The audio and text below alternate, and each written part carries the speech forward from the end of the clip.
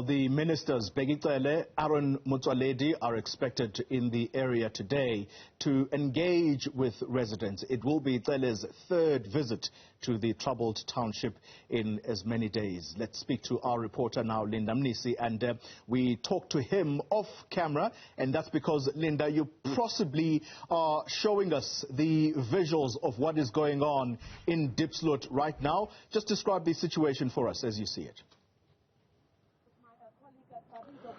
Well, as you can see there, the police are still searching and going door to door here inside Diepsloot, and of course trying to verify the migration status of a number of people that they come across in the streets. As you can see on your screen right now, they're opening a bag of one gentleman. They've been to a couple of other shops where they've made several arrests, in fact taken a number of people into custody, and I can tell you some of the questions that they're asking them are about their identity and whether they have papers, and to present those papers. And of course, after scanning them and looking at them, they then make that decision on whether or not they'll be taking those people into police custody. We've seen that happen quite a number of times.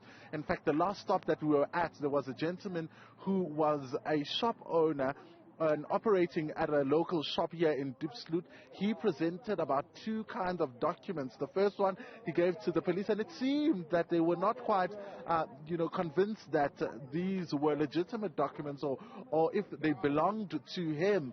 And, subsequently they then made an arrest. They took him into police custody, in fact, and then, of course, drove off with him. What you're seeing there, this gentleman carrying his ID card as well as his driver's license, let go on those grounds. And it's quite interesting, Oli, because what criteria, the big question is what criteria do they use to stop people? What criteria do they use to enter into people's homes and ask them these kinds of questions? What makes you a target for police to go to you? And another one, do they know whether or not papers are legitimate or not? So as you can see, they're now moving into the homes of the people living here in Diepsloot. You'll remember on Wednesday, a number of the community members who live, in fact, here, who are protesting right on the stretch of road that is next to where we're walking right now,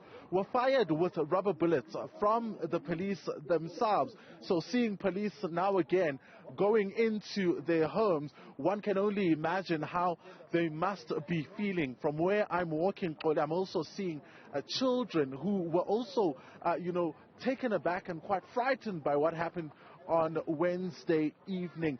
Some of them were still choking from the tear gas that was thrown into this community. So, as I mentioned, one can only imagine how they must be feeling. But this operation, we know, has nothing to do with finding the murderers of Elvis Nyati.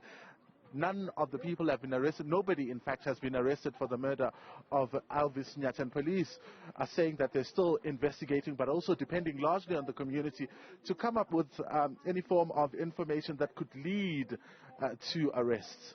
Mnisi, thank you very much for that update. It is a fluid situation in Diepsloot. We'll keep in touch with our colleague there.